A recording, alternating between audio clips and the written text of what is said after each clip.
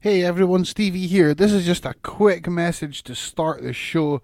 This week is the first podcast back from the Christmas holidays. Everything's a bit rusty. There's a few issues with the music volumes being a bit too loud. But other than that, the show's really cool. I think I've knocked the rust off, but without further ado, let's get to the show. Please, just remember that the music is too loud at parts. I know this, but you can say it in the comments anyway. That is up to you.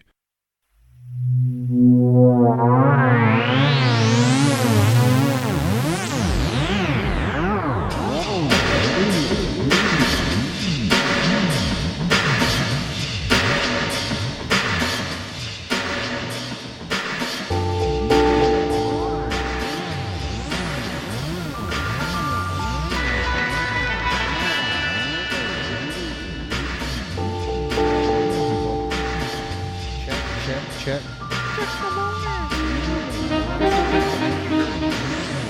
Or maybe not. I can just turn it down. I don't know why I just don't do that more often. It is 2018. Happy New Year, everyone. Hope you all had a great Christmas. Here's to a stable 2018.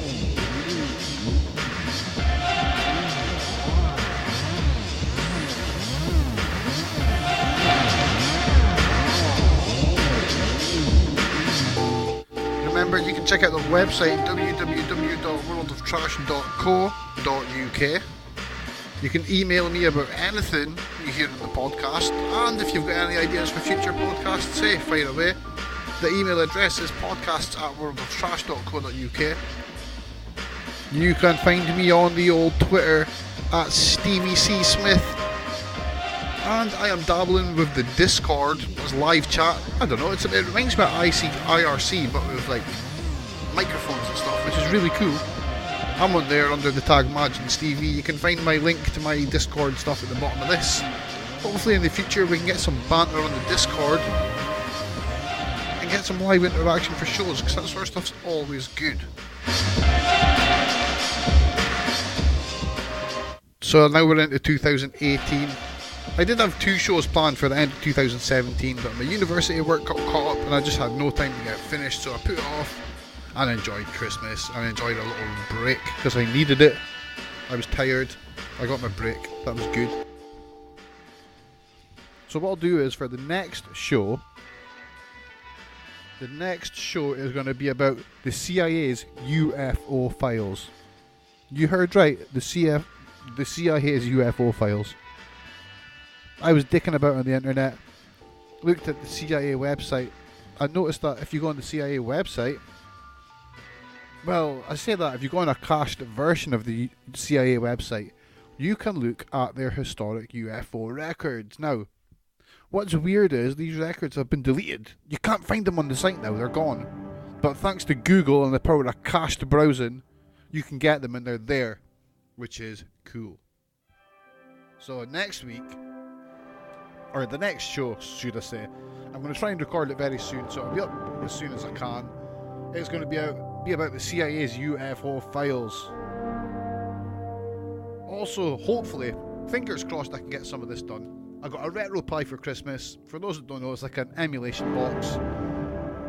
I want to do more retro gaming streams. I've not done them in ages. I never really had much success with retro gaming streams, but hey, I'm going to do it anyway because it's fun. I like doing that sort of stuff. But this week,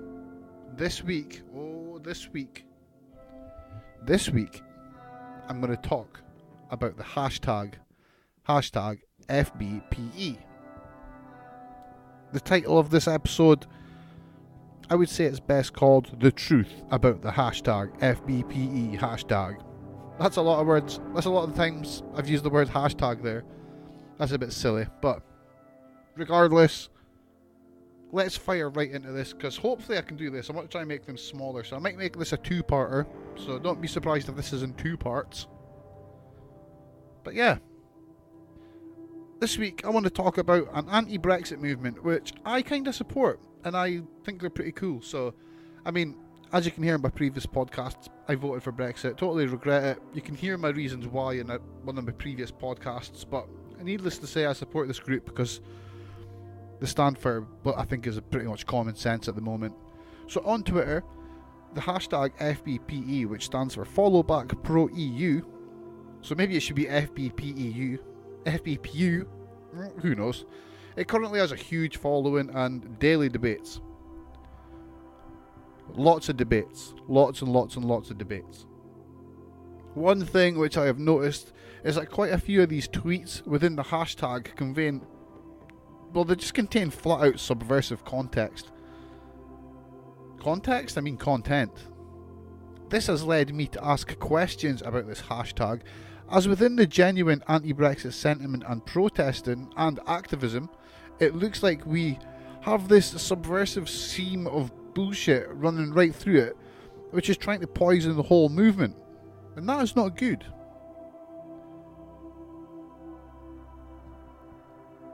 I mean, this got me thinking. As a lot of us know, Twitter is full of bots. There are people who are steering things and steering discussions towards their goal. There's PR groups, there's other activists, there's the Russians. I mean, I'm going to be talking more about that in a minute. I don't think it's Russians, by the way, spoilers, but I'll get into that in a little bit. I mean, what led me to this investigation was after a few weeks or so of engaging in this hashtag, something happened. I criticised the Liberal Democrats. It was at this point when the shit hit the fan and I was faced with one of those days where I was just filled with non-stop Twitter notifications. And this is not an over-exaggeration, it was like 20 notifications every couple of seconds. At one point I went for a crap, got 100 notifications. Most successful crap ever. All replies from people who were hardline defenders of the Lib Dem, or should I say, because they weren't necessarily Lib Dem, they were centre/centre right. So I asked myself the question, and I wanted to ask myself the question, and I wanted to find the answers about where the hashtag started. How did the FBPE hashtag start? And has the hashtag always been a Lib Dem style, momentum style PR campaign, or has this, or should I say, was this piece of activism and protesting hijacked by someone, be it Lib Dem, someone in the centre, or whatever? I had to find the answers. I mean, just before I started recording, very quickly, I seen Tony Blair on the TV, and he kind of mirrors exactly the sort of goals which the hijacking seems to take, but that's for maybe the next show, who knows. As a lover of political clarity and a hater of all things subversive from both sides, I had to look closer at this hashtag and answer my questions, hopefully uncovering the truth so we know who we can trust. Because, I mean, who can we trust out there? So to find all this out, I thought I would set myself some goals. I would ask some questions about the FBPE hashtag. So my questions were, number 1, what is the hashtag? What is FBPE? Number 2, when did the movement start? Number 3, who created, manages, who created it, who manages the movement, and who's trying to keep it going? 4, what is the goal of the FBPE movement? 5, there's only one more after this. Did the movement have any agenda other than fighting Brexit? And 6, should you follow this movement /hashtag /activism group? Should you? I don't know. Well, I mean, if you want to, you can. I am not like here standing on a soapbox telling you what to do and what not to do. You do what you do. My point of this is that everything should be scrutinised. You should scrutinise absolutely everything.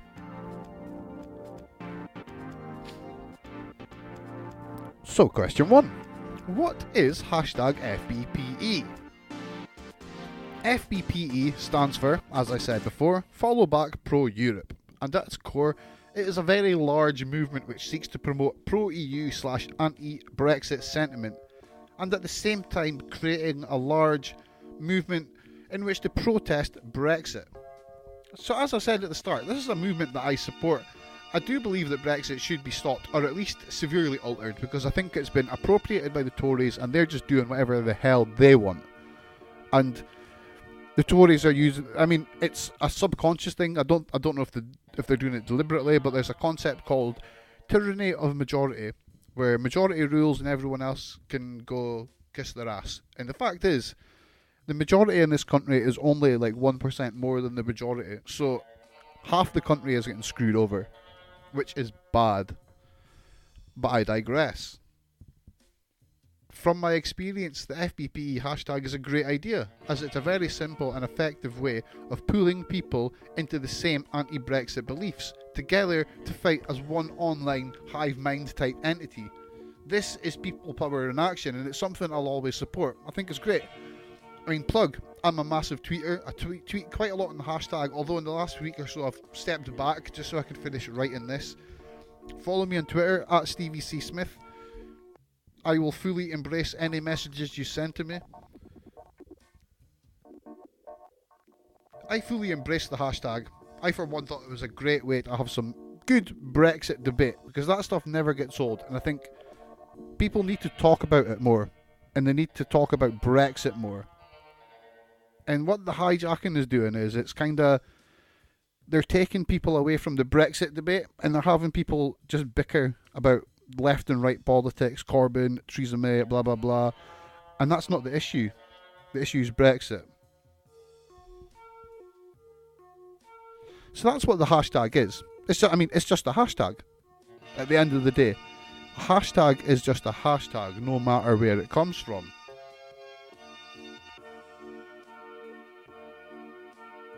So when did this movement start? That was question 2. Finding out how a hashtag started is pretty easy these days. I'll start that again. Finding out how a hashtag started is pretty easy these days, and just a matter of visiting one of many websites which can be used to analyse hashtags. For this, I used the site ctrlq.org, created by Amit Agarwal. I am crap with some names.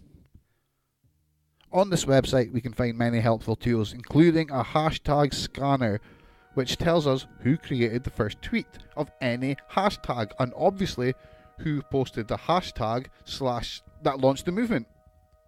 So the hashtag / movement was started on the 3rd of November. That was when the first FBPE message was posted. But by who? Which leads smoothly into question 3. Who created / manages the FBPE movement? The first use of the hashtag FBPE here we go again, hashtag FBPE hashtag. The first use of the FBPE hashtag, which I found, was by an online account. Online? What the hell am I talking about? It was by a Twitter account that goes by the name Grey Wolf Lupus Ululate. This tweet was very simple, innocent and to the point. The aim of the tweet was to invite people to join a network of pro-EU people. There was absolutely no rhetoric within this tweet. There was no wordplay in the tweet. There was nothing that leaned to the left, to the right, to the centre in this tweet. The tweet was politically neutral, and it looked to create a movement. Simply as, it just looked to create a movement. The only mildly strange thing I noticed about the tweet is that while the tweet was the progenitor of this large movement we see today, the original tweet, only had 2 likes and 2 RTs, which, when you think of how big this movement's got, it is really strange, and it made me ask the question, how can something with that little engagement go viral?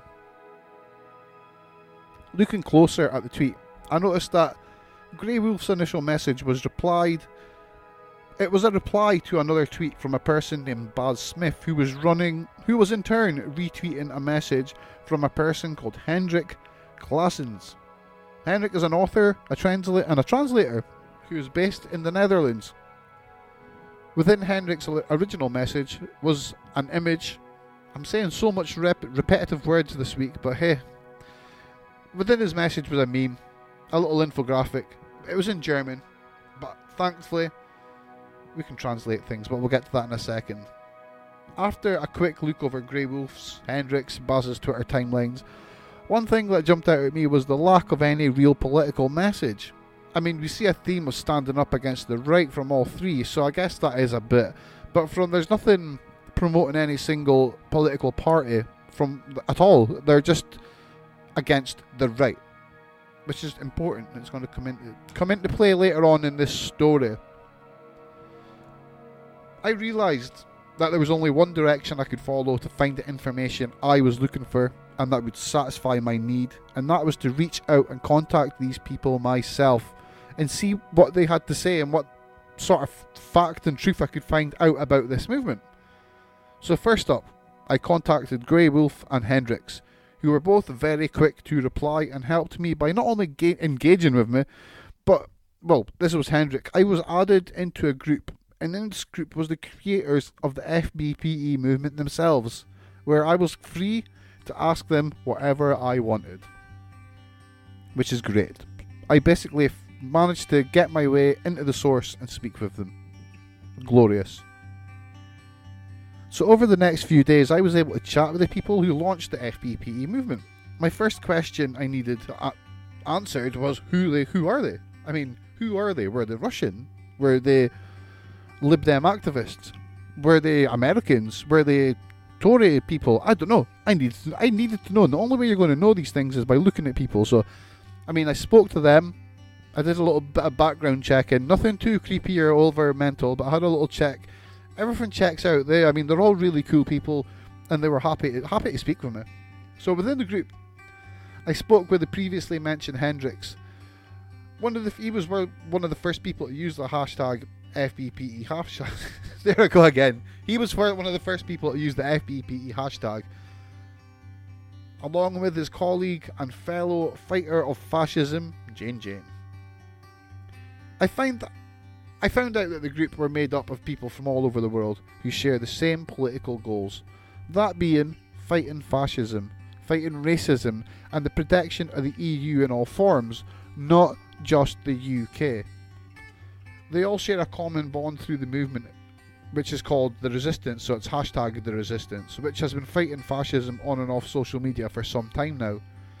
I mean, their activism and protesting has went so far that due to the political battles they've taken part in online, the resistance movement has been hijacked by, I think they said, white supremacist Ku Klux Klan types in America. They've been victims. I mean, even while I was speaking with them, there were people trying to hack them. The chats would go funny and stuff. Weird stuff would happen. They've had death threats, doxings, all sorts of stuff, all just through their fights against the right of politics. And where they're from is important, because they're from the EU and they're from America, and like a few of them's from Britain, but they're not. This is not a British movement, and I think this is the most important part of this show and of this podcast and about the truth of the FBPE movement, is that it is not a British movement. And that is not a bad thing. I'm saying that because it has been appropriated by British movements. What we see now within the FBP hashtag are groups of people who are trying to steer this towards it being centre-left, centre politics, centre-right arguments. And they're not talking about Brexit. They're just wanting to score points. I mean, there's a massive use of what we call whataboutism. I would suggest Wikipedia in it.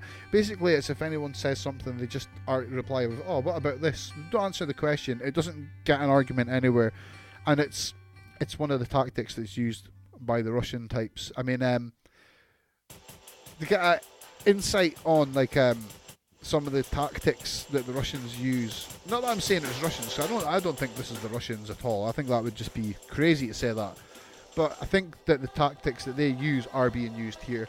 I would suggest looking up the works of Adam Curtis. There's a documentary called Hypernormalization, amongst others, or just work by Adam Curtis, which he goes into great depth about how the Russian propaganda techniques are all about just disruption, confusion, and just deflecting stuff on, and that's what's happening. The FBPE movement just people keep coming in and trying to deflect it, and they keep trying to appropriate it. At first it was Lib Dems. They were trying to frame it as if it was a Lib Dem thing. But this is something I'm going to get back into later on, because I was speaking to Hendrik and Jane mainly, and I asked them about how the group found each other and what they have been doing in the run-up to fighting Brexit. So this is all paraphrasing here, of course. So Hendrik told me that many of the members had already participated in Twitter storms to fight Marine Le Pen and support Macron. Afterwards, about August, somewhere in about that, a few more members joined them.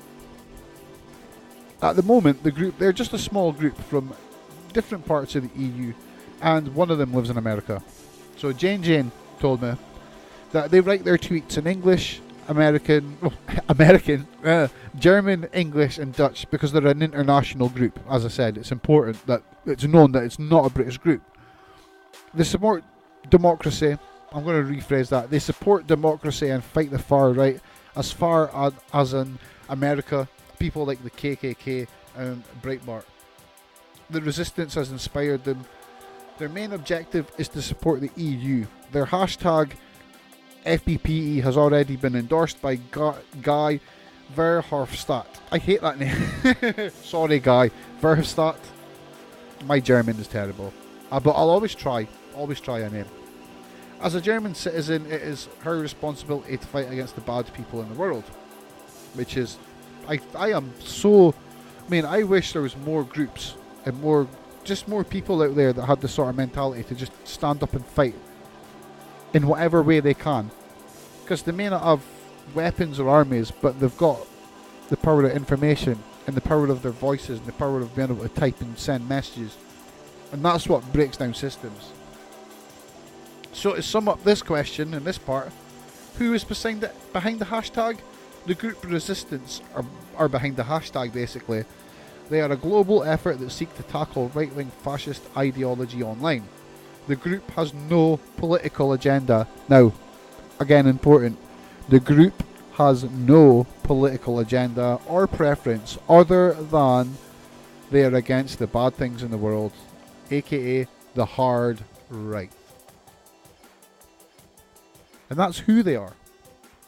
So as I said, it was important. We talked about that. And the important part was they are not a British group.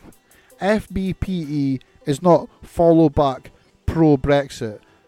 It is not about supporting the Lib Dem. It is not about bashing Corbyn. Whenever you see these arguments within the hashtag, that is just an attempt by people to deflect the conversation, because there are entities out there that don't want people talking about Brexit, and they don't want people talking about what they can do to stop it or alter it. I mean, it can be altered. It could be. I still believe it could be done and not harm people.